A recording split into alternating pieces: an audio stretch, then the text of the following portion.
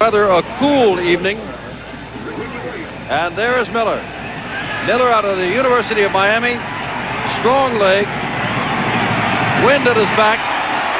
Kicks the ball, and this is Alvin Bailey taking the ball away from Ricky Williams at the 5-yard line. Out across the 20-yard line goes Bailey. Bailey across the 30.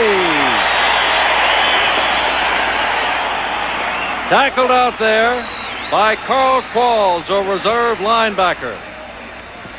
John Reeves coming on. Reeves 38 of 73, better than 52%. No touchdown passes yet this year. He'll have in his backfield with him Gary Anderson 43, Greg Boone 21. Wide receivers Woody Gillespie 89, Eric Pavilion 84.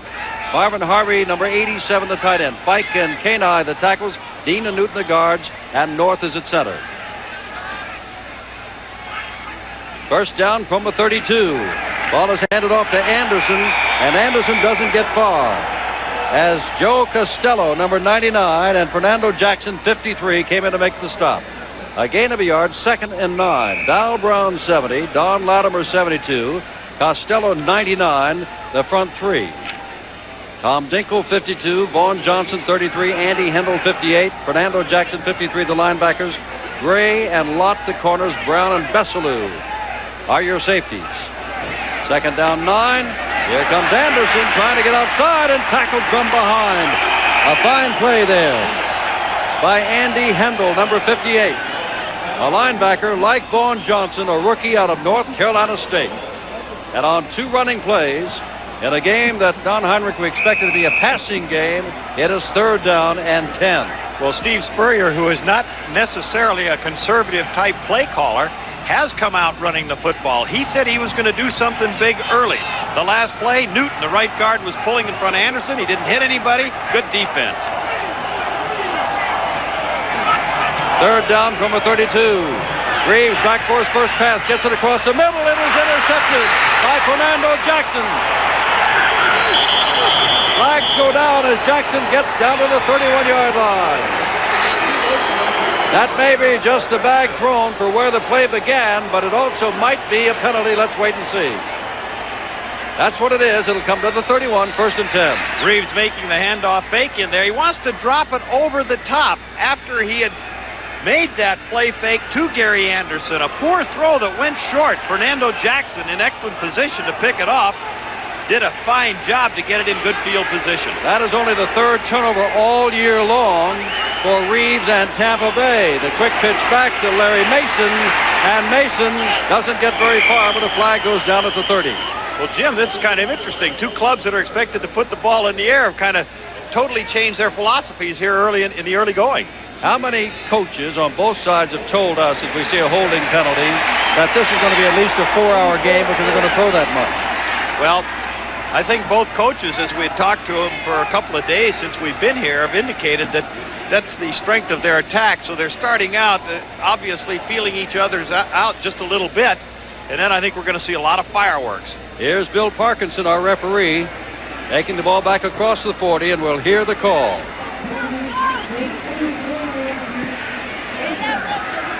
Carl Paganelli is the umpire. Headlines with his L.T. Bonner. Larry Hill, the line judge. Back judge is William Lance. Side judge is A. Panucci, and Aseska is the field judge. Take it back across the 40. 1st down and 20 to go. And Matt Robinson back to throw. Has the time and has a man on the far side. And getting away is number 85, Perry Kemp. And Kemp gets down inside the 30-yard line. No score. 12-12 to go, 1st quarter. Gary Clark wide to the left. Henderson comes wide to the right. And Robinson back to throw across the middle. Has his man, Paul Bergman, the big tight end out of UCLA. And is very close to a 1st down and may have the 1st down at the 20-yard line. Tackle made there by Zach Henderson. Well, once again, a little different look. This time a double wing. The fake off the right side by Larry Mason. And then sliding out Paul Bergman from his tight end spot. He doesn't get covered very tightly by Doug Bedoin as he just runs a little flat move, comes wide open. Robinson pops it in and picks up an important 1st down as far as the Bulls are concerned. Clark goes wide to the left. 2 other wideouts are to the right, including Willie McClendon, number 21. Montgomery Matthews goes in motion left. And Robinson hands the ball off to Larry Mason. And Mason gets him to about the 17 and is driven back. Driven back hard by Paul Kurowski, number 53, one of the good inside linebackers of Tampa Bay. Well, Paul Porowski, that inside linebacker that made that tackle, and Kelly Kirchbaum lead that defensive unit in tackles. And in most cases, those two inside linebackers are the guys that are going to lead in tackles. The Bulls, on the other hand, running a draw play, which sort of complements their attack with all the throwing that they do. And that time, what looked to be a start of a good one was shut down quickly. Second down, 8. Matt Robinson looking, throwing, and overthrowing his man down at the 10-yard line. Paul Bergman, who's already caught a pass. Number 84, a rookie, third-round draft choice out of UCLA. By the way, the leading pass catcher in last Sunday's exciting game against New Jersey. Matt Robinson now getting the play brought in by Wyatt Henderson. Now, Wyatt Henderson with Oakland last year caught 54 balls. Thus far this year, such as the passing attack and diversified, he hasn't caught one. When he started playing pro football, he went to the Rams as a receiver. He went to the Chargers as a defensive back, and now he's back to receiver. On third down and 8, 6 defensive backs in for Tampa Bay. Robinson gets it out here, has his man, and inside the 5, first down. Wyatt Henderson, first catch of the season for Jacksonville, and it's first and goal to go. Warren Hanna was coming across that missed the tackle. Henderson coming out, runs a little sideline move. Hanna just coming into the picture, number 20, too far off of him. As he closes ground, he doesn't really put him away on the tackle. In the meantime, off camera, where you could not see it, was a free safety blitz coming. Timed it badly and did not get there to Robinson. Two tight ends are in as Robert Young comes in on first and goal to go.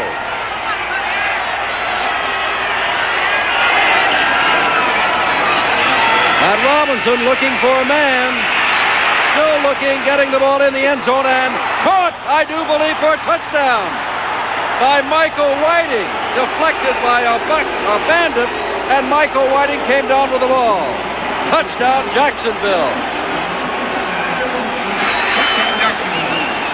Well, you know, they went with that play-action fake, the three tight ends. He wanted to go to Bergman, who had delayed and come from right to left all the way across into the end zone. But the defense played it extremely well. However, they did not get any pass rush on him. And as Robinson started to get flushed out of the pocket, he really kind of threw it into a crowd. Could have been intercepted, but Whiting in the right spot scores 6 points. Danny Miller with Robinson to hold to attempt the extra point. On the interception by Jackson, the pass deflected to Whiting. The extra point is no good, and Jacksonville leads 6-0. As Matt Robinson makes the hand fake off to Whiting, you can see him looking over to his left side. Then from the other side, the other tight end, Robert Young's coming across, looks crowded, he gets flushed out, and then in the back of the end zone, as the ball gets knocked away and bounced back, Whiting very alertly makes a nice catch, but the extra point is missed. So that could be a big, big play down the road, because when you miss an extra point, 6 points is terrific, but 7 is a whole lot better, and it changes the complexion of the strategy. Kirchbaum was a man, Don, who deflected the ball for Whiting to haul it in. And now Danny Miller, who is about to kick off, is 8 for 10 in extra point attempts. Ricky Williams playing only his second professional game. The first was the first game of last year before he got hurt. And Alvin Bailey again of the deep men. Remember, there was almost some confusion on the opening kickoff when Bailey took it away from Williams and returned the ball across the 30. Miller to kick off. And this is Alvin Bailey at the 7. The 20. Bailey gets across the 25 to about the 28-yard line, where Carl Qualls makes his second tackle on the kickoff. And John Reeves with word from Steve Spurrier. Scoring drive 6 plays after the interception by Fernando Jackson. And the final pass went from Matt Robinson to Kirchbaum to Whiting for the touchdown. And once again, turnover time in terms of what has hurt Tampa Bay to put them behind 6-0. And we'll repeat, Don, only the third turnover all year long. That's one area Spurrier wanted to improve on. They had, but the first one tonight hurt them. Anderson is one of the wideouts. Boone's own setback. Reeves on first down to throw. Loops it out. It's intercepted again. This time by Andy Hendel. Hendel inside the 20. Hendel inside the 10. First and goal to go. Jacksonville at the 8. Reeves has been intercepted again. Only one interception before tonight and 2 tonight. Well, Reeves, as he drops back, he gets a lot of pressure. You can see 72 was popping him right at that point. Latimer, and he makes a poor throw. The ball is underthrown, even though he was off balance and throwing away or falling away as he got rid of it. But then with Hendel picking it off, you'll see Hendel 58 dropping back into the middle. He's kind of looking around as he hits his zone, but the ball being thrown so short, he hits him perfectly right in the numbers, and he takes it in deep. Backfield of 2 now. It is Whiting and Mason. Second man through is Mason, who gets to about the 6. Odd thing, Don, 1 year ago, Tampa Bay had won 4 in a row. They came in there and had their largest crowd ever. They had it against Chicago, and Chicago blew them out. They've won 2 in a row. They've come into the Battle of Florida. We've got better than 3 quarters to go. But all of a sudden, the biggest crowd ever is watching their home team fall quickly behind 6-0 with Jacksonville threatening again after a second interception. And the fans expressing a little dissatisfaction with the Tampa club on that last interception. 4 wide receivers this time. Confusion for that backfield of Tampa Bay defensively. Robinson being chased, gets it out of the end zone. A flag down at the 2-yard line. Flag is down at the 2-yard line. Henderson was in the vicinity along with Jeff George. And it's going to be offensive pushing off. Offensive interference. Well, the defensive coaches of the Tampa Bay Bandits said that they felt that they had to come with a lot of combination of blitzes tonight. And you're gambling when you do that you're going to get to the quarterback before he gets the ball off. That time they flushed Robinson. He just threw it out of the end zone. On the offense, number 83. Aubrey Matthews, not Wyatt Henderson, guilty of pushing off. Remember, after the Jackson interception, there was a holding penalty. But remember also, on offensive interference, they have lost a down. So it is 3rd down and 17. Well, there's that 4 wide receivers we talked about previously in the football game. And they're those 6 defensive backs, too. They call that their dime defense. Robinson standing in there, gets the ball out of bounds. Just had to throw it away. Nearest man to it, as the flag is down, is Aubrey Matthews. And, well, it's going to be a first down. Well, I think they're going to give roughed the passer. Well, Mike Butler, I believe, gave him a little extra shot just as Robinson was throwing the football. Looked as though he could have pulled off, but the official threw it down, and I think it was a good call. Good call, but bad tactic for Butler, Don, in that it's an automatic first down. What would have been 4th down and 17. They're at 77, you see him coming pretty close as Butler was getting pressure there, handled the offensive tackle well, but then gave Robinson a shot.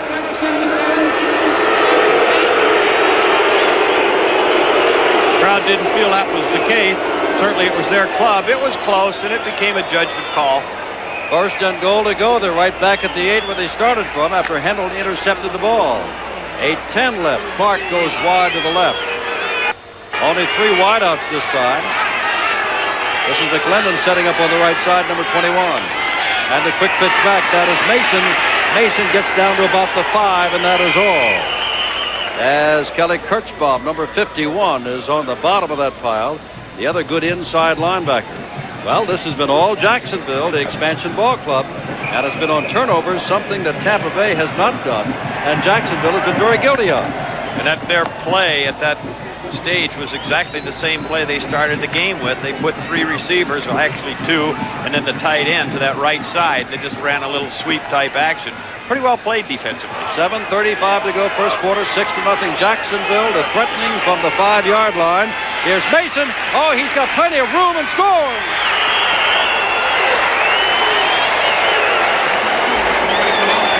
And Tampa Bay is in a catch-up situation already.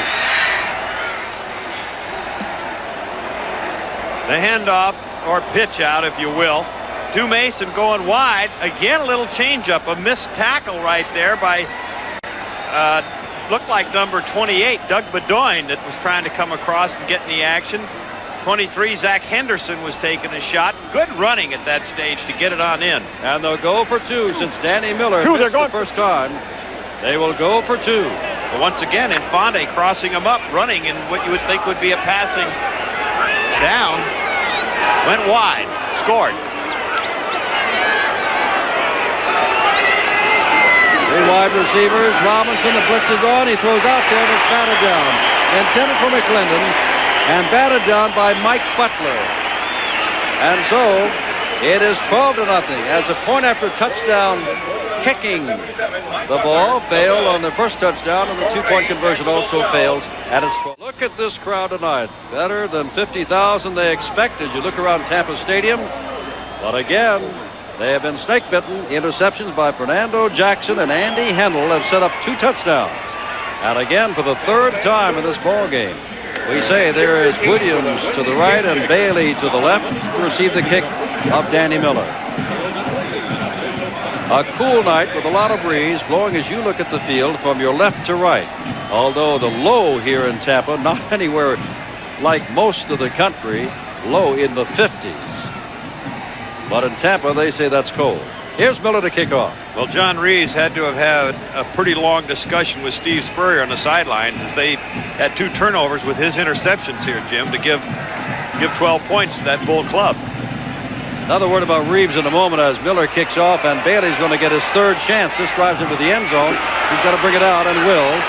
10 and upended on a fine play by Fernando Jackson, the man who had an interception at about the 15-yard line.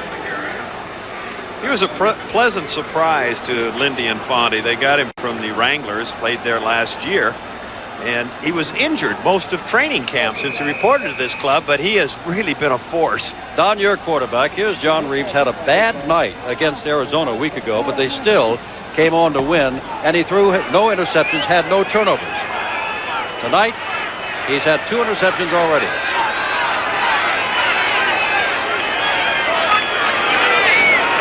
Handoff here. Anderson coming outside, and John Watt submarines him.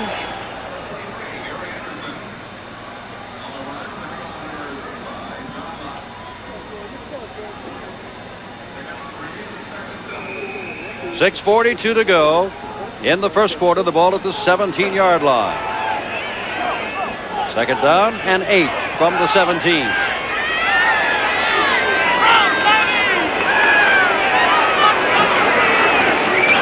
There's Reeves.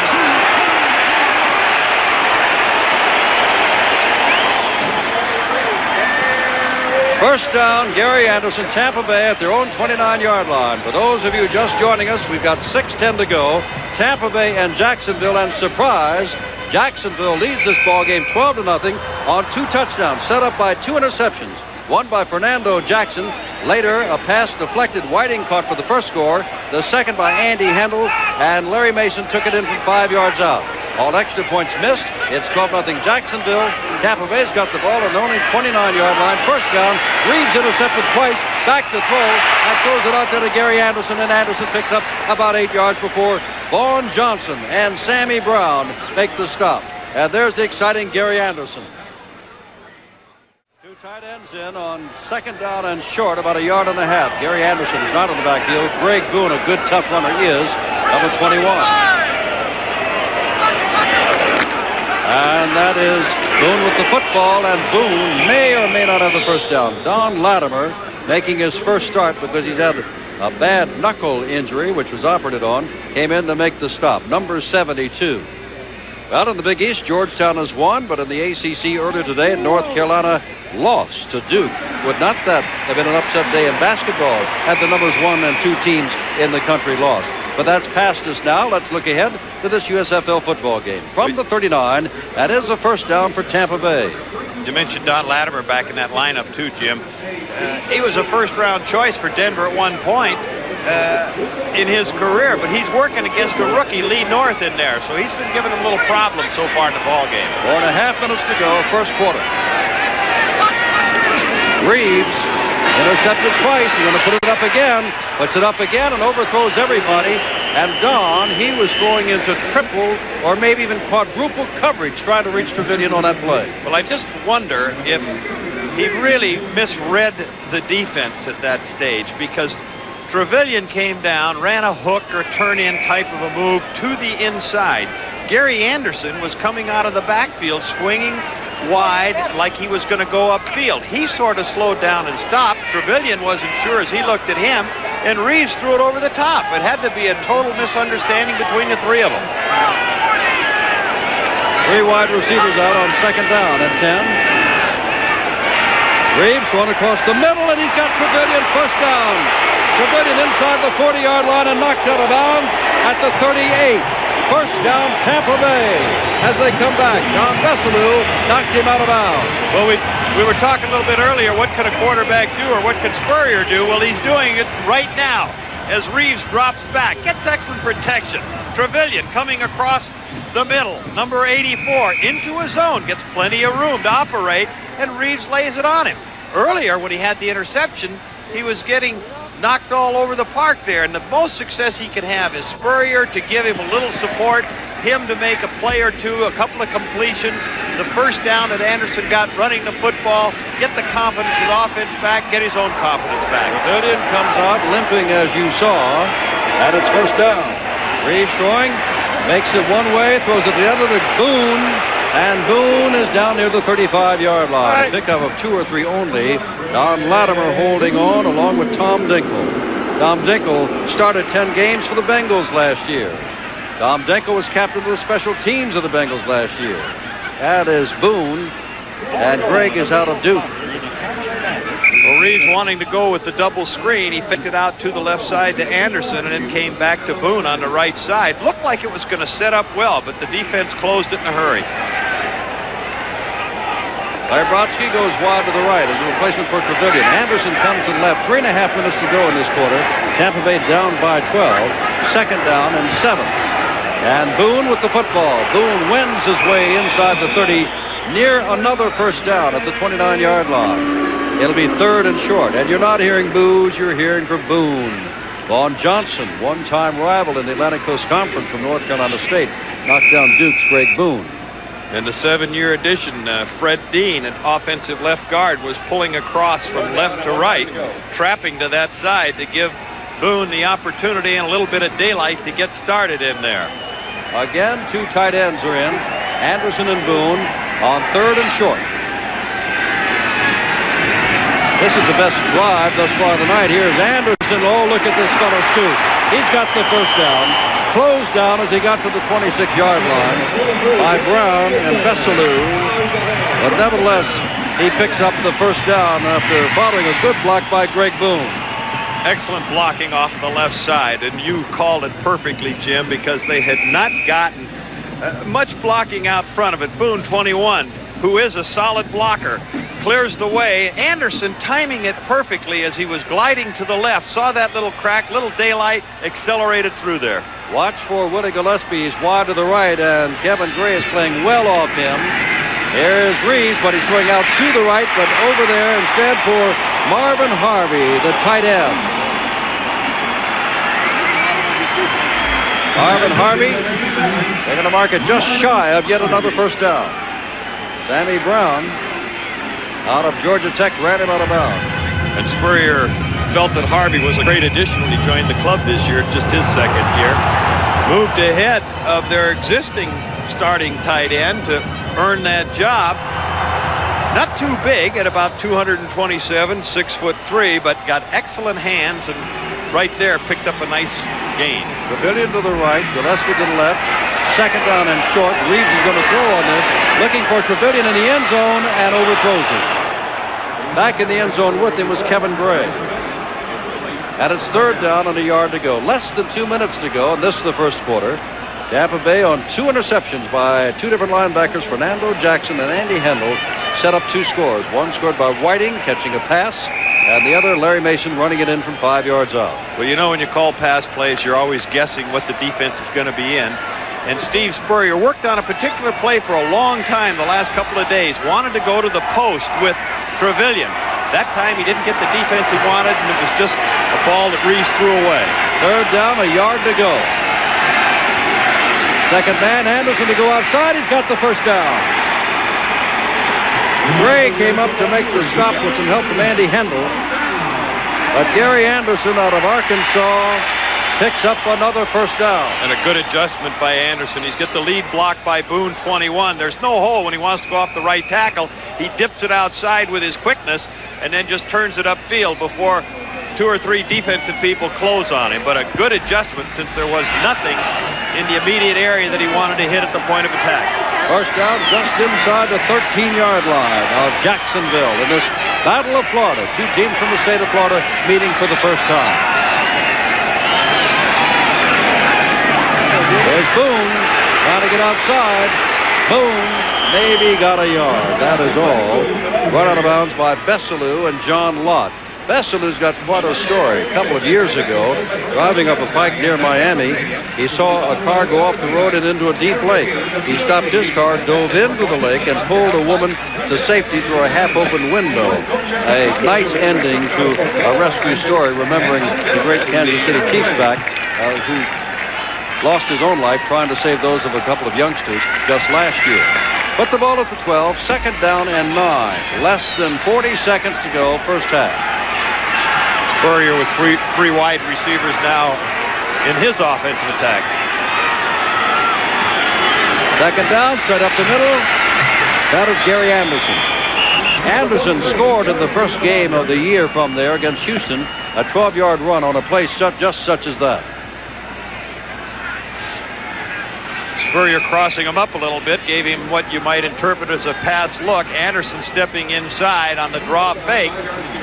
Closes pretty well from the inside, gets some help there. Vaughn Johnson, Andy Hendel, the 2 North Carolina State stories of the guys. That's the end of the first quarter. 2 turnovers. Interceptions by Jackson and Hendel led to the 2 touchdowns, but Tampa Bay is coming on when we come back. But at the end of the quarter, 12-0 Jacksonville.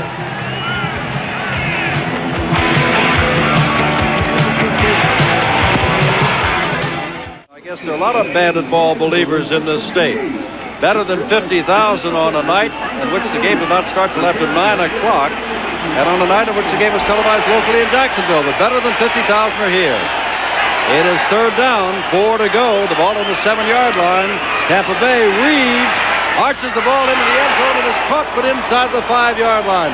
Bessalou makes the stop of Gary Anderson. And it'll be 4th down. Going to be close. Good job. Anderson circling out of the backfield. Reeves getting pressure from his right, the left side of the screen. Takes a little shot as he unloads the ball, as does Anderson by Bessalou when he made that catch. So it was a good job of Reeves standing in there with the blitz coming. It was a good job of Anderson catching the ball in the crowd, and the officials are coming out to make a measurement. It was that close. He may have it, Don. He may have it. First and goal to go. We'll see as they stretch the chains. Where he ended up, he didn't have it, but where he caught it, he did have it. So the official made a good call because he gave him all of his forward progress, not where the tackle ended up on the ground. 12-0 the Bulls, but here come the Bandits. First and goal to go. The ball is at the 2-yard line. Excellent drive here by Tampa Bay. They've controlled that ball for any number of minutes, and while they're down 12-0, 6 points here would be a tremendous lift by virtue of the fact that no extra points were scored by the Bulls' 2 touchdowns. Brazilian has not caught a touchdown pass all year. He led the league last year as the man in motion coming this way. But that's Anderson diving. Touchdown! Gary Anderson has now scored 5 touchdowns. That is all that Tampa Bay has scored all year. And how about that leaping ability there, Jim? Because he took off at about the 4-yard line and cleared that pile.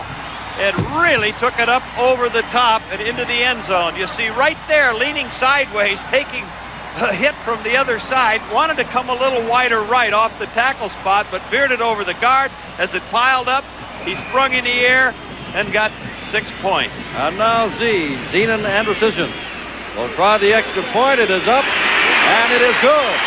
14-19 to go in the first half.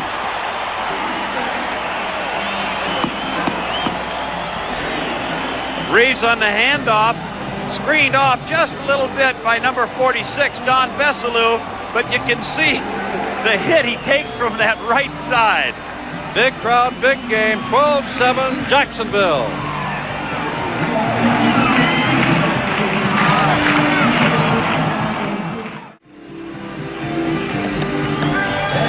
Consider John Reeves nor anyone else has thrown for a touchdown this year. That means that all the touchdowns that Tampa Bay has, Gary Anderson has gotten, and the longest run has been the 12 yards for a score. As you take a look now at Larry Key, young man from this town, number 44, just recently reactivated, and Gary Clark.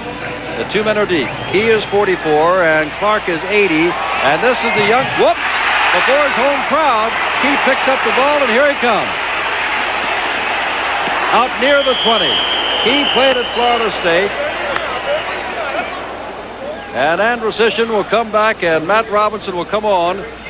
Here's the scoring play, 85 yards, a 2-yard run by Anderson. And for the first time tonight, Matt Robinson comes out as a quarterback. Hold it, it's a flag on the play, and Tampa Bay was offside, and they're going to make him kick it again. So let's stop what I was about to say about Matt Robinson and see what happens on this kick, which will be from the 30-yard line. Well, you know, that drive, too, Jim, was a 16-play drive that took a little over 8 minutes. And when you have the type of attack that this Jacksonville Bull Club... Well, we're just getting a little announcement from the public address announcer that they're having a Dolly Parton look-alike halftime entertainment. But more important is the football game. I'd rather see Tom Meade myself at halftime. Yes, indeed. But to keep that ball away from this high-powered offense of the Bulls, that's the kind of drives you like to have. And as many points as the Bulls have scored this year, right up at the top, actually Tampa Bay in their 2 games have controlled the ball longer as far as time of possession in their couple of contests. And let's see, 2 games plus a quarter and a minute or so, 91 points have been scored by Jacksonville so far. Very surprising football team this early in the season, I'll tell you that. And position to kick off again. And this will be a low bouncing ball. And it is going to be picked up by Aubrey Matthews. Matthews in a crowd and gets some extra yardage, but gets across the 30-yard line. Now, I will say what I was about to say after the last kick. That is, for the first time, Matt Robinson is going to take over the ball in his own territory. First time tonight. Well, that field position he got on those couple interceptions. With Don Heinrich, I'm Jim Simpson. We're in Tampa live before the biggest crowd ever to watch a Bandits game at home. The ball on the 21-yard line, 1st and 10 for Jacksonville. They lead 12-7 with 11:58 to go in this first half. Well, after that rocky start, Jim, they begin to show some signs. They've made that long drive, 16-play drive for a touch, and then last time, but for a drop ball, they would have kept the drive alive. So it looks like they're getting it back together. Jacksonville has not been able to move the ball except to short distances, but good enough for a couple of scores. They throw the ball out here, and Michael Whiting can't hold on to it. Dives for it just in case they might rule it a backward pass, which they do not. So it is 2nd down and 10 from the 21-yard line. Well, you can see the pressure put on by James Ramey, a former NFL and CFL. Here's what has happened in the first 3 possessions of Jacksonville. They got it on their opponent's 31 after the Jackson interception. They got it on their 8 after the Henkel interception, and they scored both times. Andy Hendel made the 2nd interception. 6 defensive backs now. Again, we've seen that more often than not for Tampa Bay because they expect this 3 or 4 wide-out situation from Jacksonville. 2nd down 10. Robinson throws, and it is almost intercepted. Getting up across the way is number 23, Zach Henderson. Henderson almost had it as Bergman was overthrown. Well, they got reasonably good pressure on Robinson right there, but the ball just being thrown poorly was almost a crucial turnover as far as Tampa was concerned. Don, unless they get a first down here on 3rd and long, it'll be their 2nd consecutive possession in their own territory. They've thrown the ball 3 times and then had to kick it away. Let's see if they do not do that this time and are successful. 3rd and 10. If they do stop him here, they should get reasonably good field position. Eric Kemp wide to the right. Look out! Robinson goes down. The sack by Butler. inside his own 10. They'll mark it at about the 12 because the impetus took him back there. But in any event, they got to kick the ball away again. Well, Butler really did a job beating Nat Hudson, the right offensive tackle. You see him take an inside move, right hand up, shoves Hudson to the outside, catches him off balance, and really a quick move on his part. Wasn't that effective a pass rusher? He was a good pass rusher at Green Bay, but has seemed to have improved in playing with a lot more intensity. And now Henley is in the end zone kicking against a stiff wind, and Bailey is at his own 45-yard line, and he doesn't fair catch the ball. And they definitely will get better field position now, Jim. That sack was important. They blocked it out of the end zone. It's a safety. It's 12-9, and they'll have to kick it away from the 20. Well, we expected a lot of scoring in a football game, not quite the way we've seen it. The result of 2 interceptions early in the game for the Bulls, then a nice drive by Tampa Bay. Now the blocked punt, but the fact that they will get the ball kicked back to them from that 20, 12-9, it's like a baseball game at this stage. I believe it was not Kelly Kirchenbaum. I believe it was Alonzo Johnson. Pressure coming from the left side of the kicker. You'll see him just coming in the picture there, high in the air. Big Alonzo, and that's one thing that he does so well, is rush the passer. He's got great speed, got good quickness on the blitz. That time, he used it to block the punt. Oh, it is 12-9. Number one. And they'll have to kick it off from the 20 when we come back live to Tampa. Pressure on. Oh, get it. Hey, mother, how you doing? Ball is first and goal to go Jacksonville. As Lynn Infante said, I'm surprised about 2 things. We won our first game going away, and the second game against New Jersey, we should have won and did not. Well, Jim, and you could also say turnovers, which Spurrier has been glad that they have had so few this year. 3 times tonight they've been hurt with those 3 interceptions. This could end up an 80-yard drive stopping that touchdown. They've only had 2 turnovers before tonight, 3 already in this first half. Robinson straight ahead. Look out.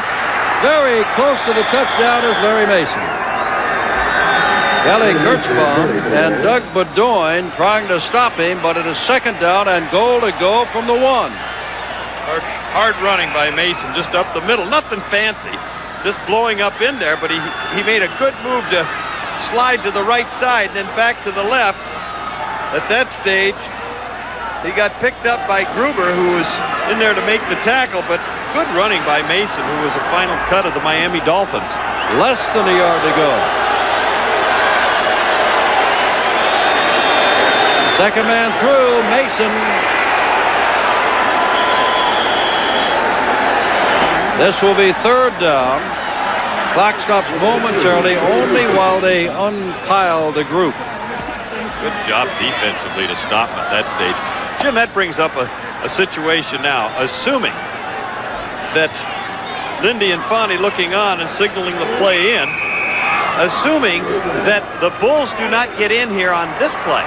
It would be fourth down, just about a minute to go, the ball at about the 1-foot line. You're the coach. Do you go for it or do you go for 3? Well, right now, Matt Robinson's not even going to wait till it's fourth down. It's third down, and he's going to call timeout. Robinson goes over to the sidelines to talk to Infante, who had been signaling in the play.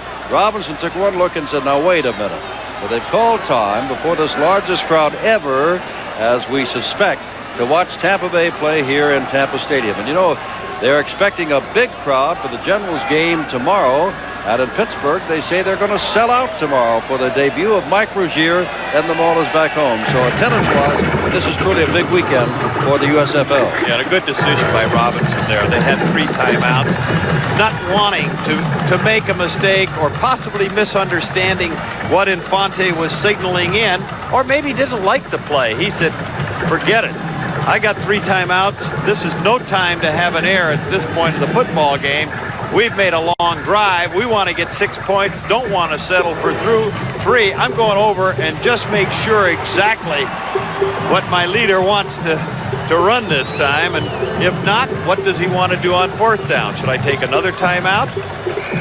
Robinson has the nose of the football almost on the plane of the goal line. That's how close it is. And a pretty good center up front in Dave Odie.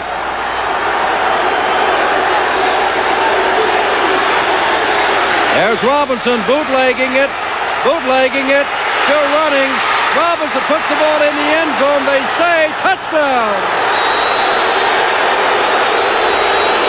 Robinson, he comes up a little hurt. He wanted to throw that football, but it was well covered back there after the play action fake. Excellent call on the goal line, but alert defense, seeing the fake there. Good job in the back as the Whiting jumps over the top. Robinson coming out wanting to throw. 51 coming across trying to get to him. Kelly Kirschbaum then getting some help. Robinson reaching out at the last moment, putting the ball ahead. Kind of hard to tell whether his knees had hit the ground before he got to the goal line or not, Jim.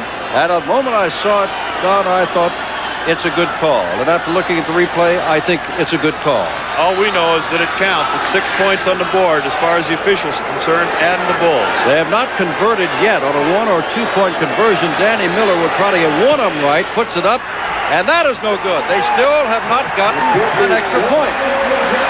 And it is 18-9 with 54 seconds to go. When can you remember a football game that you've seen?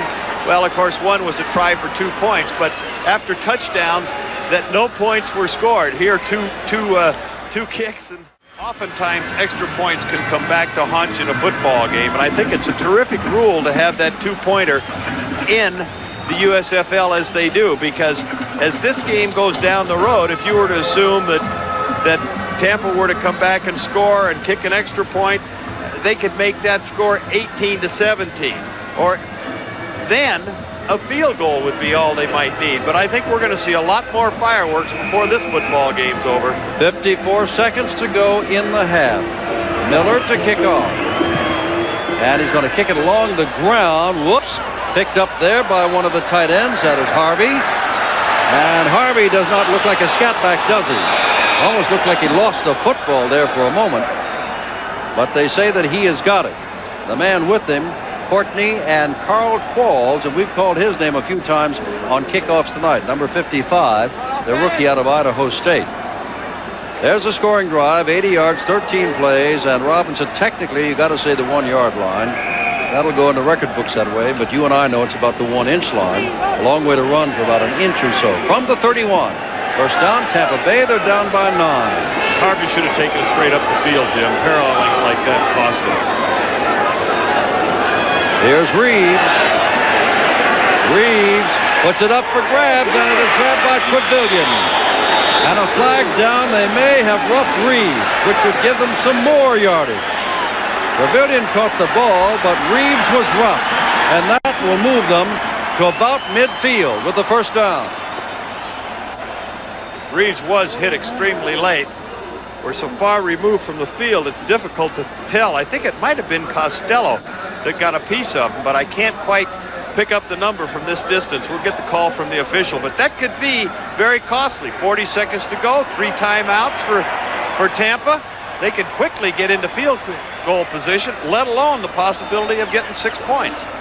From the 44-yard line, it's first down. Remember, in the last 2 minutes, they will stop the clock if they do pick up other first downs. Here it is again, and you can see the roughing as the ball left the hands of Reeves, and again, we could not pick it up. Don thinks it was Costello. No matter, it's first down. There's Reeves back, dumping it out, and that is Anderson in the open field. Is dangerous, and he gets out of bounds. First down, inside the 30-yard line. Funny how the reaction is to go out of bounds when, in effect, having the first down, they would stop the clock in any event in the last 2 minutes. You know, players get conditioned so many times from coaches in that last 2-minute period to say, look, know where you are.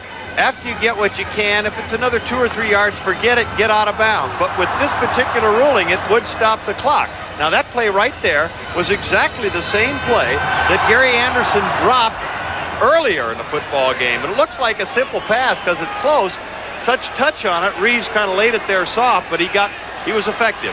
First down from the 28. Reeves, the blitz is on, gets the ball away. Trevelyan makes the catch down to the 11, the 9-yard line. Eric Trevelyan.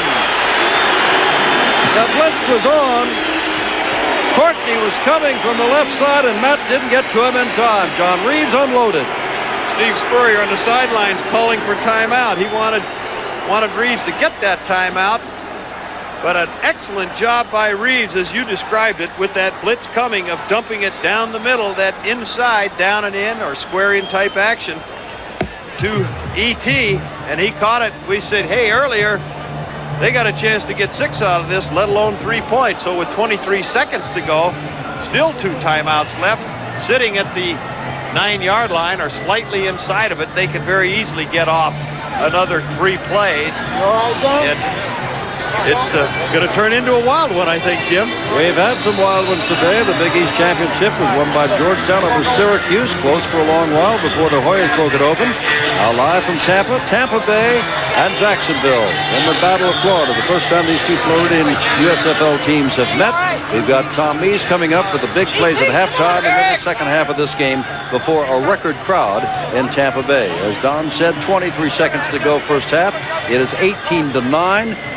The Bandits have turned the ball over 3 times, and each time the Bulls have scored. And you can bet Steve Spurrier, as he was talking to Reeves right there, despite the fact that John Reeves is a veteran football player, is saying, look, John, if the man isn't open, if there is any doubt, get rid of it quick, throw it out of the end zone so we can get another play. Gillespie to the left, Trevelyan to the right. First down, goal to go, the ball on the 8-yard line. Reeves looks it across the middle, and boy, he almost threw it right into the hands of one of the defenders, number 99, Joe Costello. And it is second down with 19 seconds left. Another battle of Florida, and there are a lot of Floridians on both of these ball clubs. The quarterback, John Reeves, also went to the University of Florida, while just across the state line, practically, Matt Robinson went to the University of Georgia, and they are big rivals. Well, Tampa Bay went with the flood action. They had the strength of the formation left and the 2 backs going to the right side, Boone and Anderson. Anderson going short. I was a little surprised. Reeves was looking upfield, but then he came off to Anderson. Had he caught it, he wouldn't have gotten in the end zone anyway. I thought he would go to the end zone. Anderson's got single coverage, but they're going to come the other way, but Reeves is sacked. Reeves is sacked. 14 seconds left, and they call time. That was number 77, Chris Wampler, cheering on Don Latimer. Well, Reeves right here. He doesn't pull the trigger. He stands in there waiting. You see him cock. Now he recocks. It's too late. You can't wait that long back there. He's getting pressure from that backside, despite the fact that he doesn't see Raines coming around. And Latimer, the nose tackle, he's got to recognize, you get a feel in there as a quarterback. You know that you're running out of time. Even though your man isn't coming open, throw it away. He is running out of time, but he's also running out of downs. It is third down from the 14. And running out of timeouts.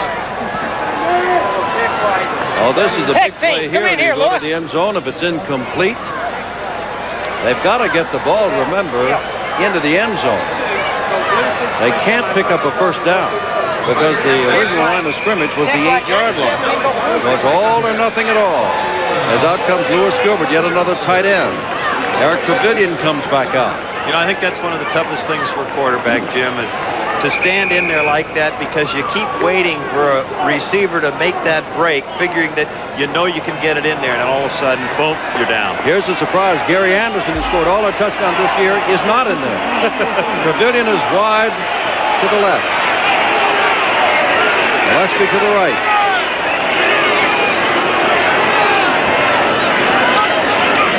Third down, 12. Reeves pumps once, puts it high in the air.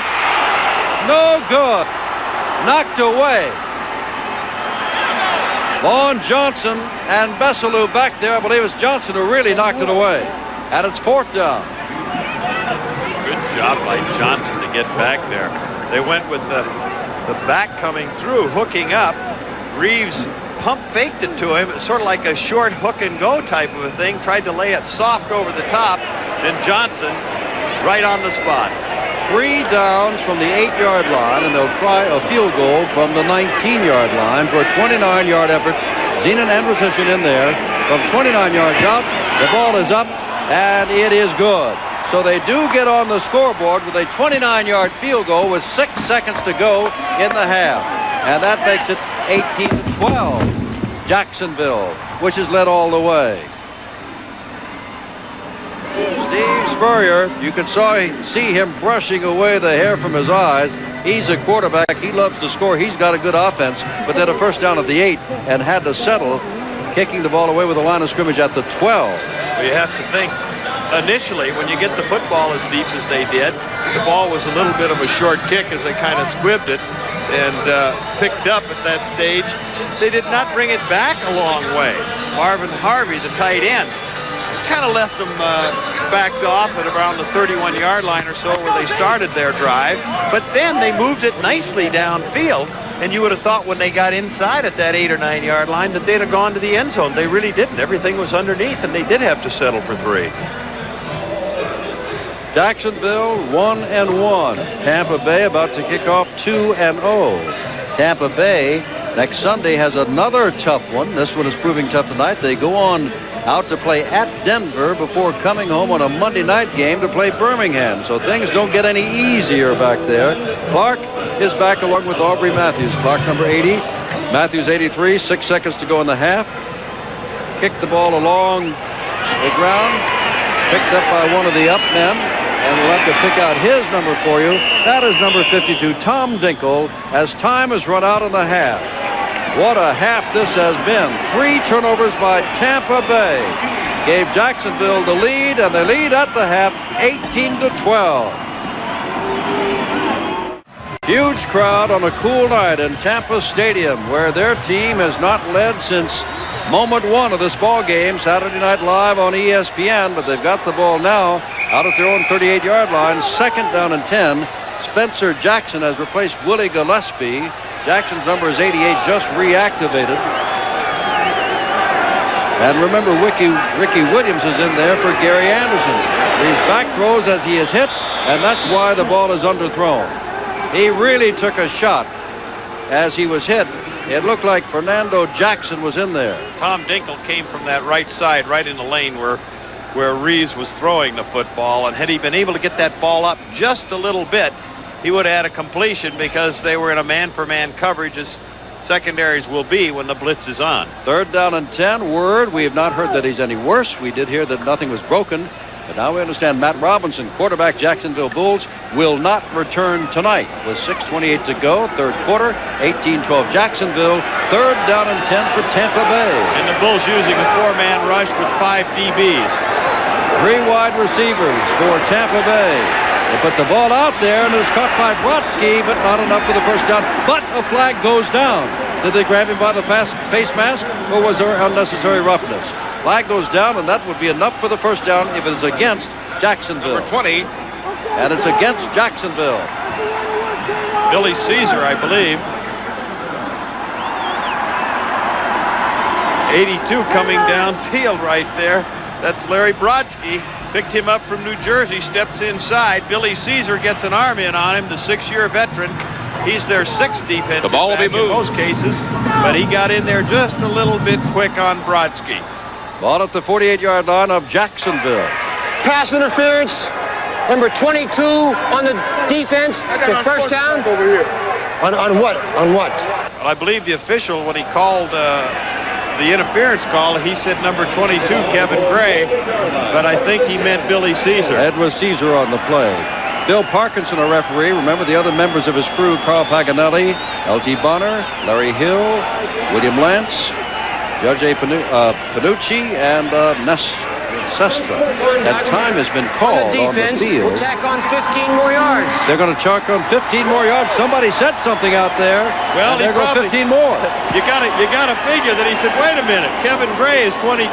He goes over there, expresses a little dissatisfaction. He said, how can you call it on me? He said, wait a minute, we'll get bigger numbers for you. I didn't hit him. I was clear over here. That was Caesar, number 20. Whatever was said, somebody said something the officials didn't like. It's 18-12 Tampa Bay trailing, and they've got a first down at the 32-yard line.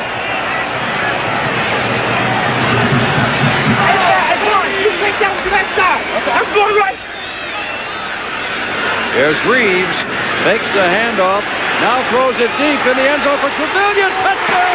His first of the year, and the first touchdown pass thrown by Reeves this year. And for the first time tonight, Tampa Bay has tied the game 18-all. and can go ahead. Trevelyan, one-on-one on John Lott, the rookie. And Steve Spurrier felt that he would be able to take advantage of that young secondary as he gets the tail end of it. Trevelyan running it down and in, or a post move. Gets a step or two on Lott. Reeves, who was forward of you in the picture, the blitz was coming. You could not see the pressure. He stepped up inside, laid it over the top perfectly. Now Anderson will try to put the Bandits out in front for the first time with his point after attempt, which is no good. Can anybody get a conversion around here? It's tied at 18 all. Oh, the Z-Man, the veteran he is. You're going to see many of that. There comes Tremaine, 85, DT. Outside fake, inside move. Now you see him slide and glide right on by John Lott. And that's what's embarrassing to a defensive back. 15 touchdowns First last year, but for Grudem, that's his first this year. We've got a tie ball game, third quarter. Nobody's made an extra point yet tonight. That's the fourth conversion attempt that has been missed tonight. Taken by Aubrey Matthews, and Matthews is going to be run out of bounds at the 35-yard line. Now remember, Matt Robinson is not going to play again tonight at quarterback. This is a tie ball game with 6:07 to go third quarter. But we have had word that when they get the ball back, Tampa Bay's Gary Anderson probably will be able to play. There's your scoring drive. 72 yards. Reeves on the 33-yard touchdown pass for Trevelyan. That, as we said, is the first touchdown pass thrown this year by Tampa Bay, and that's 2 games plus better than a half before they finally scored through the air. Anderson, the man hurt, had scored the other 5 touchdowns running the ball. McClendon, the lone setback. First down. There's Mahfouz in trouble. Look out! Look out! There goes Bedoin. Boy, Mahfouz hung that ball up there for anybody to come down with. And Bedoin did. Big turnover, Tampa Bay. They got it at the 22. Well, Mahfouz was getting pressure from the right side. Somebody coming in clean. As Mahfouz drops back, wants to go left, comes back to the right, lays it out in front, does not make a look, which is a critical error for a rookie quarterback. He did never, ever see Doug Bedoin over there, so a quick turnover, the first one of the night for Tampa. Gary Anderson with the bruised shoulder is back in, trotting out to your left. First down, marks the ball at the 21. Reeves. All the time, and overthrows because Anderson got hung up, started to come back at the 5-yard line, and Reeves had him going into the end zone, and Reeves now thinks he was held up, and has gone all the way over to one of the officials to say he was held up. And Anderson was also over there complaining. Looked like they had Anderson doubled inside and out, and as he hooked up, Reeves anticipating he'd go deep, a little bit of contact over there, laid it over the top. You know, you go back to that play of Bedoin. He played offense initially when he went to Ohio State. He was a fine football player and led the Big Ten in rushing ahead of Archie Griffin back in 1972. So he knows a little something about offense. Gillespie, Trevelyan, and Brodsky, the 3 wide receivers. Anderson is out on second down. They give the ball to Boone, and he's not going anywhere at all. The first man to hit him was Fernando Jackson. Then he got up and began to move again for another half yard or so. And now, suddenly, it is third down and about 10 yards. Remember what happened here back at the end of the first half when they came down, first down and goal to go from the 8 and had to settle for a 29-yard field goal? That hurt. It is so often has been said, Jim, it's what you do with turnovers when you get them. And the Bulls picked up 2 touchdowns in their 2 early turnovers. Now it's up to the Bandits. Third down, 10 to go. Reeves back, going for Trevelyan, and underthrows him across the way, but they say he made the catch at the 9-yard line. Now they're saying no good. Now they're saying good. He did make the catch. Underthrew him, came back. Well, Trevelyan looking to the inside as he comes off. He's going to run a sideline, makes the move there. Plenty of room. Ball is short. He adjusts and goes down for it. But I don't believe he got it. I don't believe he got it. I think the officials missed it. Here he goes down. He's trying to make an adjustment, which is a good job. But you can see it bounce off the ground. I'll tell you, I don't know. I wouldn't want to have to call that one. from the 9-yard line. Everybody's got an opinion, and the officials say it's good. This is how this game is played. With a handoff, here comes Boone looking for the end zone. He's got it. Jacksonville goes into the lead on the 9-yard run by Boone. Well, it was certainly no force by the defensive unit of the Bulls because Boone just coming off the right side, a single back set. Nobody there. You can't see anybody come in the picture. One shot at him. It's a miss at that stage by Caesar. And Boone goes on in for the first lead of the Tampa Bay Bandits tonight. And now the big guessing game. Will we have a point after touchdown successful tonight? Anderson tries and has it. 4:04 left in the third quarter. Boone out of the backfield, lined up directly behind.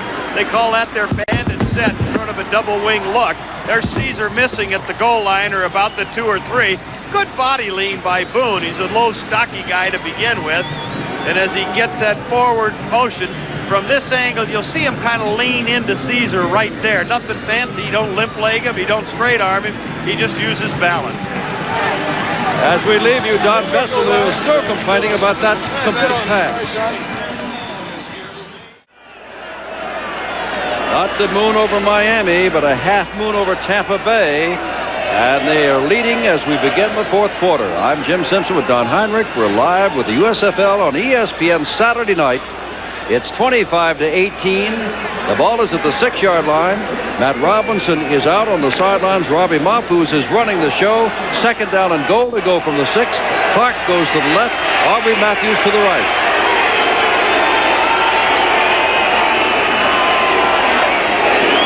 McClendon coming this way. He's got some running room, and he's got a touchdown. Excellent sweep out there to that right side. Good blocking out in front of it. McClendon running hard. You'll see the pitch. Sweep, 66 in front of it. 64 out in front of it. Powell, Collins. Good block by Bergman at the tight end. They had trips set to the right side. 2 wide receivers out there. Again, the pitch. Different little look at it. Tucks the ball away. Really doesn't have too much to do except cut in, run hard, smell the goal line, get that last couple of yards. And now Danny Miller 0 for 2 in conversions will try to tie the ball game up at 25. He has missed both.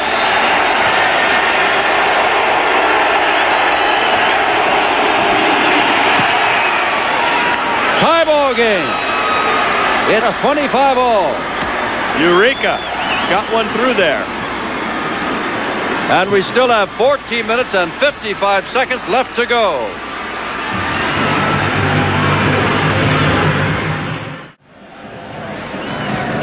Time left, 7 minutes, 21 seconds. Tampa Bay's got the ball at its own 19-yard line after a 26-yard net punt by Henley. He was unhappy. The score is 25 all. Gary Anderson, with that bruised shoulder, has played a little bit since it was bruised, is not in there. Ricky Williams remains the tailback or the running back, depending on whether they have 1 or 2 in there, and they've got 2 in there now. Williams along with Boone. First down.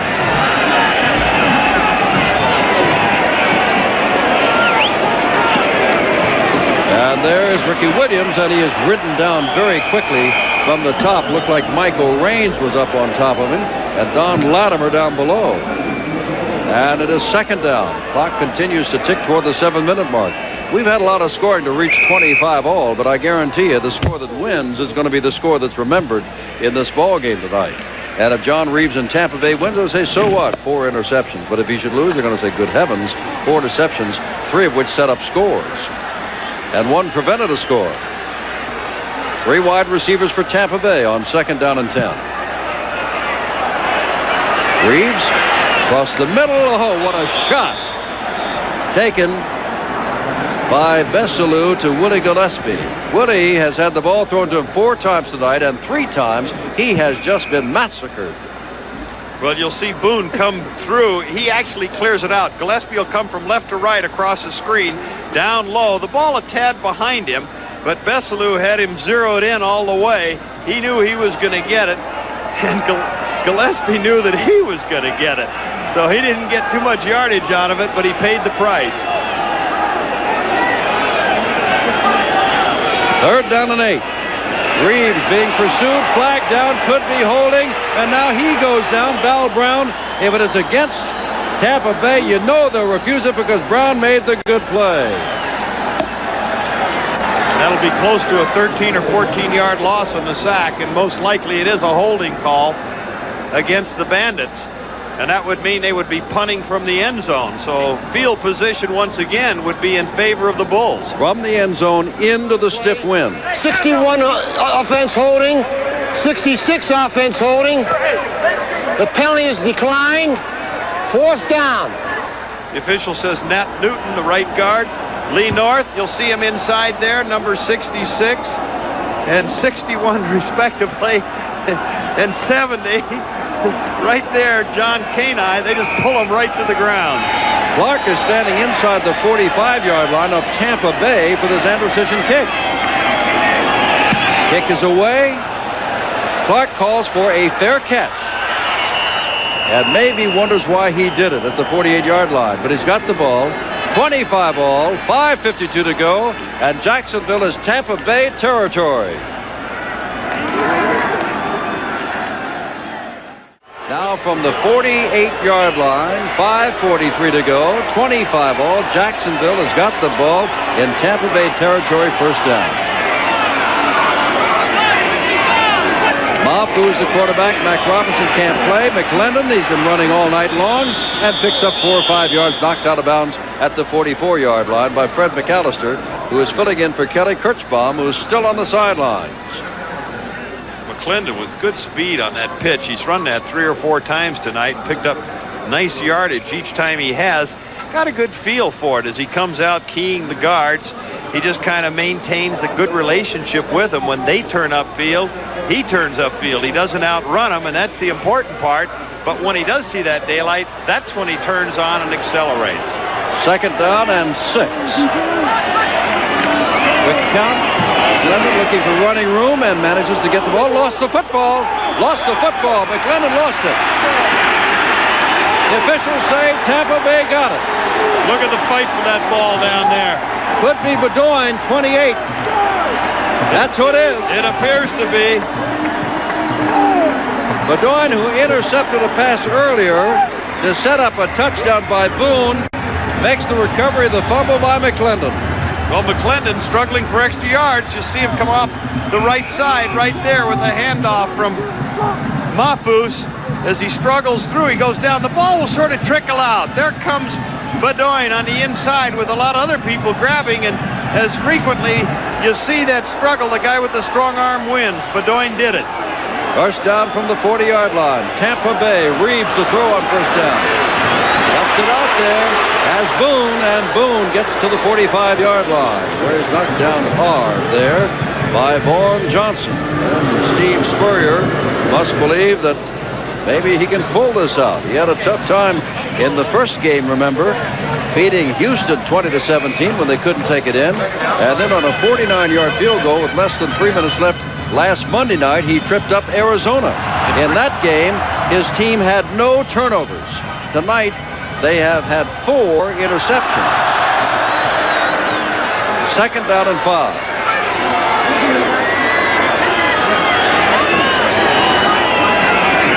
Reeves, the handoff to Boone. Boone got the first down. Boone moves inside the 45-yard line. First down, Tampa Bay. Clock clicking down toward the 4-minute mark. Fine running by Boone as he veered the ball back in. You'll see him go to the right. It kind of steps up forward. 63 out in front of it, Nat Hudson. But he veered all the way back behind the blocking before he gets the tackles down there by the secondary people of the Bulls. Sammy Brown came in, bounced off of him. Veselu came in to get the cleanup shot, but a big first down. Gary Anderson is back in.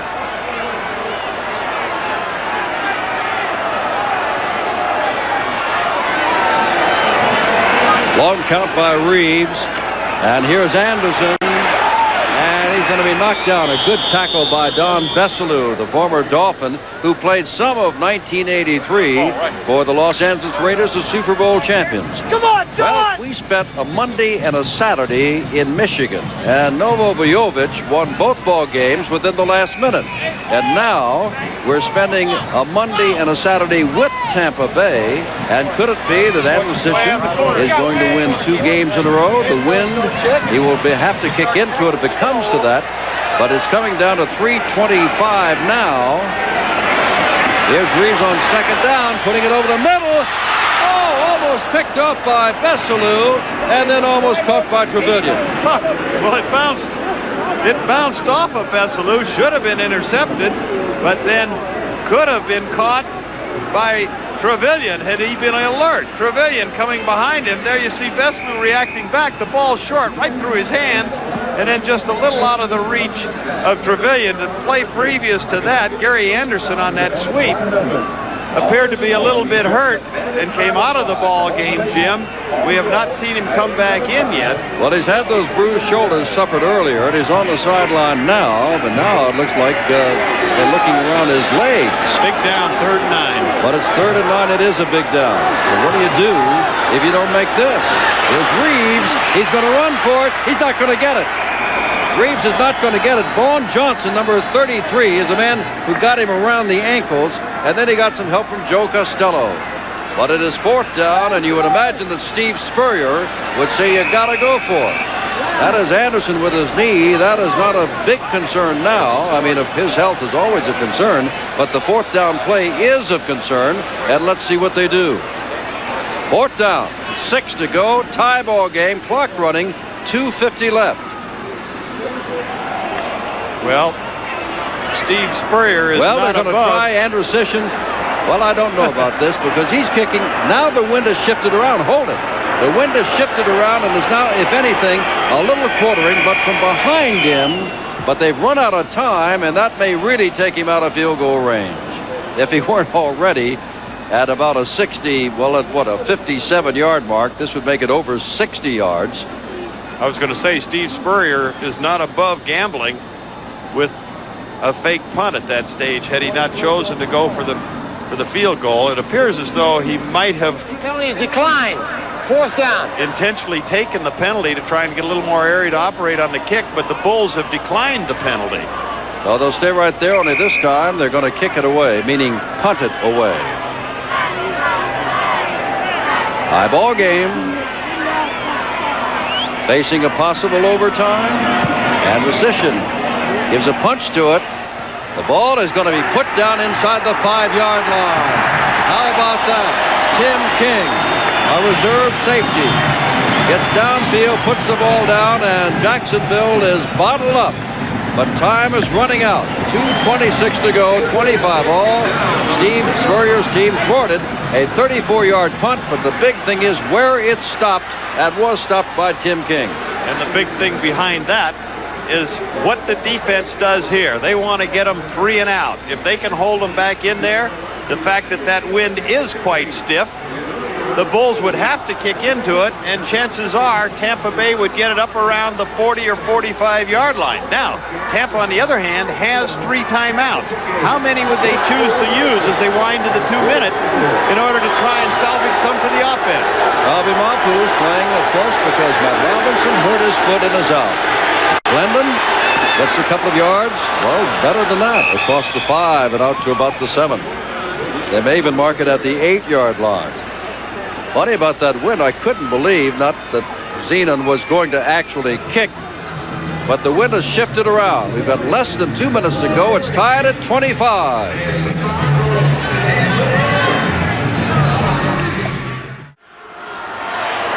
Jim Simpson, Don Heinrich, live from Tampa Stadium, 25 all, 1:59 to go. That's Lindy Infante. Each ball club has its full 3 timeouts left.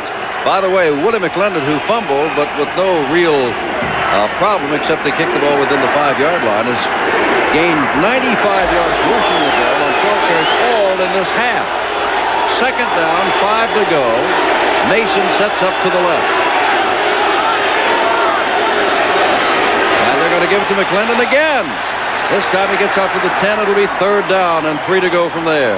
As Zach Henderson, a good hitter out of Oklahoma, played in the CFL and was with the Eagles squad down in New Orleans when they played the Raiders in the Super Bowl several years ago. And a good reaction there as Henderson filled that very, very quickly to keep McClendon from picking up a 1st down. What looked like pretty good running room, nice daylight. Here is the big play, 3rd down, 3 to go. Well, they'll have to kick it away. McClendon coming this way, they'll have to kick it away. Never got back to the line of scrimmage. Zach Henderson, Russ Washington, and James Ramey all in on the stop. And you can see that even Leon Williams was over there. And a fast fill over there by Doug Bedoin. Excellent job by Bedoin at the safety. And, of course, Flo with the play and a quick timeout. The winds, which shifted dramatically from the first half, have a lot to do here. Because Henley's got to kick into it. If they get close enough, Tampa Bay will try to kick with it. Although now, looking at one end of the stadium, where they are now, the flag is going from right to left. If you look down the other end, it's going from left to right. So we've got a swirling wind in this Tampa Stadium, which I'm not familiar with flags seem going in opposite directions at opposite ends of the field. Well, it looks remindful of Candlestick Park, where that goes in all directions. You know, McClendon carried all 3 times 1st down. He picked up big yardage to make it reasonably short. 2nd and about 5, maybe a long 5 at that stage. But then 2 more running plays, good defense. Down in this close. You put the rush on. They blocked him for a safety already this year, their first in history, Tampa Bay. Or do you try to set up the return for Alvin Bailey back upfield? Well, I would think they'd probably go for the return at this point. They're anticipating the shorter kick. And they got away with 1 block. It isn't too often. Doesn't mean that they certainly couldn't do it. But right now, Tampa in pretty good position with 2 timeouts and 1:15 to go. Henley to kick the ball out of the end zone in a tie game. Alvin Bailey, who's never called for a fair catch, standing at the 50. High snap, will not be blocked. Line drive, chance for Bailey on the dead run, inside the 35, down to about the 32-yard line, and it's 1st down with 1:05 to go, Tampa Bay. Well, Jim, you asked or said, would they go for the block there? Actually, Tampa did not really go for a return. They went for a holdup, which meant they tried to keep everybody jammed in. The Bulls did not put anybody out wide to get down the field to try and cover. They wanted to make sure it wasn't going to be blocked, so they went for what they call a holdup, not let anybody off the line of scrimmage.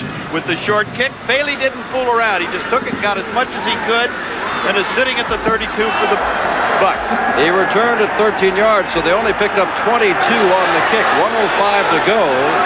And if Tampa Bay does not score here, we're facing an overtime. They give the ball to Boone. He's not going anywhere. And they're going to have to use the time as the clock goes and is still counting down to 57, 56, 55. That's a long way for Andrew Sisson, who did have a 49-yarder in Arizona last week. 49, 48. They've got a couple of timeouts left, but they're not taking them. I'm surprised Spurrier 43 in the air in the 1st down. Boy, that's a lot of time to go off of there. And they have 2 left. There's Reeves back. Reeves puts it out here, and it's caught. And out of bounds goes Pavilion at the 20-yard line as they nose into field goal territory. That is also 1st down with 32 seconds left. And Reeves really rifled it in there. Johnson. Tremaine coming downfield, just a sideline. You see a little stutter step, square out move, and as he goes to that sideline out of bounds, he does a good job of picking up the 1st down, a very important one, by beating John Lott, the rookie cornerback, to that side. I believe I call it the Bucks on 1st down.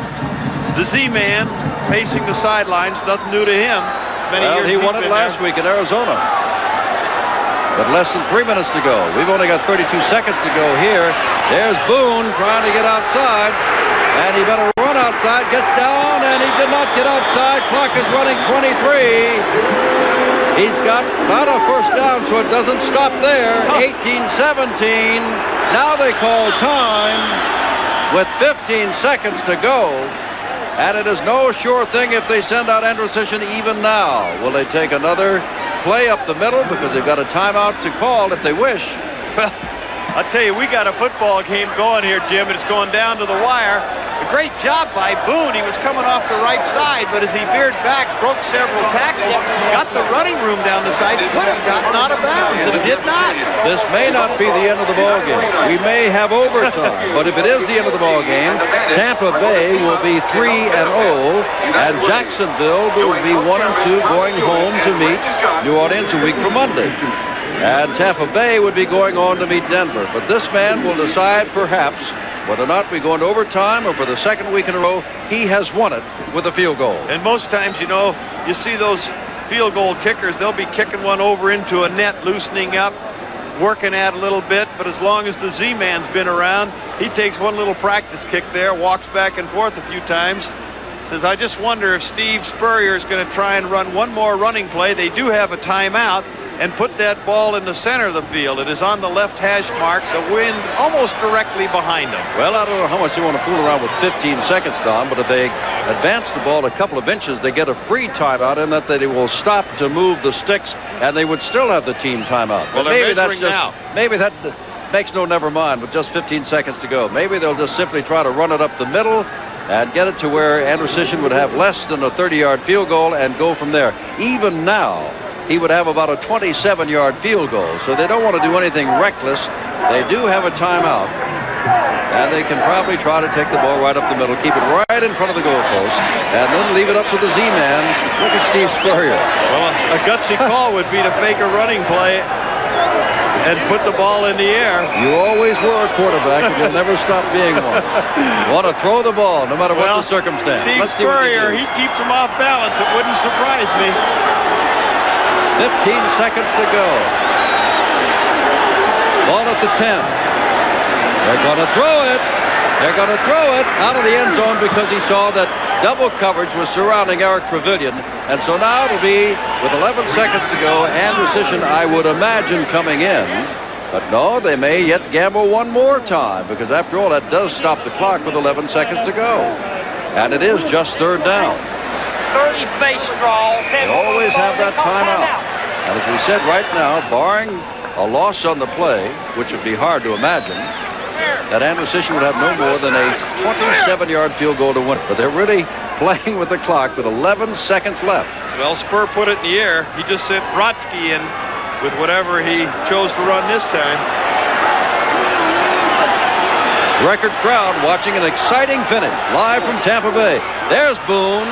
And Boone's not going anywhere, and now he's going to have longer than a 27-yard field goal. And now they have to call time with 6 seconds on the clock. We either have a third straight win for Tampa Bay, the second time that Andrusician has done it, or we go into overtime here in Tampa Bay on Saturday night. And there's no guarantee, the way they've been kicking the ball tonight with missed conversions on both sides, that this will be a successful kick. Well, it figured to be a pretty close football game. Some circles about a touchdown difference in favor of Tampa, but I think that most people in this area would figure it was coming down to the wire, and you can't get any closer than this one.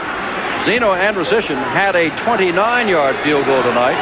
This will be about a 30-yard field goal to win the ball game with 6 seconds to go. The third in a row for Steve Spurrier. This is a timeout, naturally, called by Tampa Bay. They would love to win it. Remember, they had won 4 in a row and came here against the Chicago Blitz last year and were devastated by the Blitz, blown out before their previous largest crowd in history of better than 45,000. Tonight, 52,000, or I should say 51,200. And at one time, it was 12-0 on 2 interceptions that led to scores. Now, with 6 seconds to go, they're going to try to win it before this record crowd and make it 3-0. 30-yard field goal attempt by Andrusician is good! With 2 seconds left.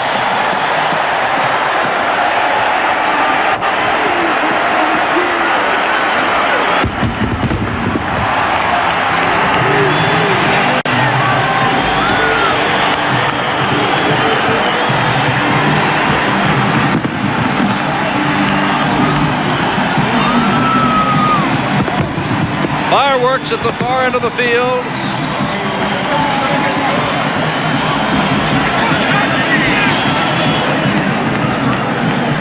Good recovery on the hold right there as the Z-Man comes through.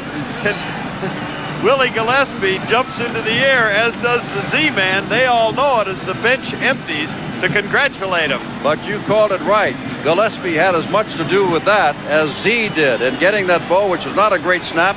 He got it down in a hurry, and Andrusician put it up. Well, you know, Jim, frequently, as you can understand, people use quarterbacks to hold for the extra points and field goals. I've always thought it might be a mistake because they can get swatted in there. But you do want a guy with good hands. Who has better hands than receivers? Gillespie showed it there. Good adjustment. 2 seconds to go. You know that Andrusician, or I would feel that Z, will kick the ball along the ground. The fireworks continue with their display at the end of the stadium. They feel they've got it, and the record crowd is already heading for the exits. Barring a miracle, they do have it. And you know, Infante, for 2 weeks in a row, after winning the first one, going away from the Federals, loses in the last moments to the Generals on a field goal, and apparently he's going to lose tonight on a field goal here. Now it is picked up by a linebacker. Time has run out, and that is all as Aubrey Matthews goes down. Ball game is over, and the Bandits win it 28-25 at one of the most exciting games, and rightfully before a big crowd. Infante comes over the loser. Spurrier and Tampa Bay the winners.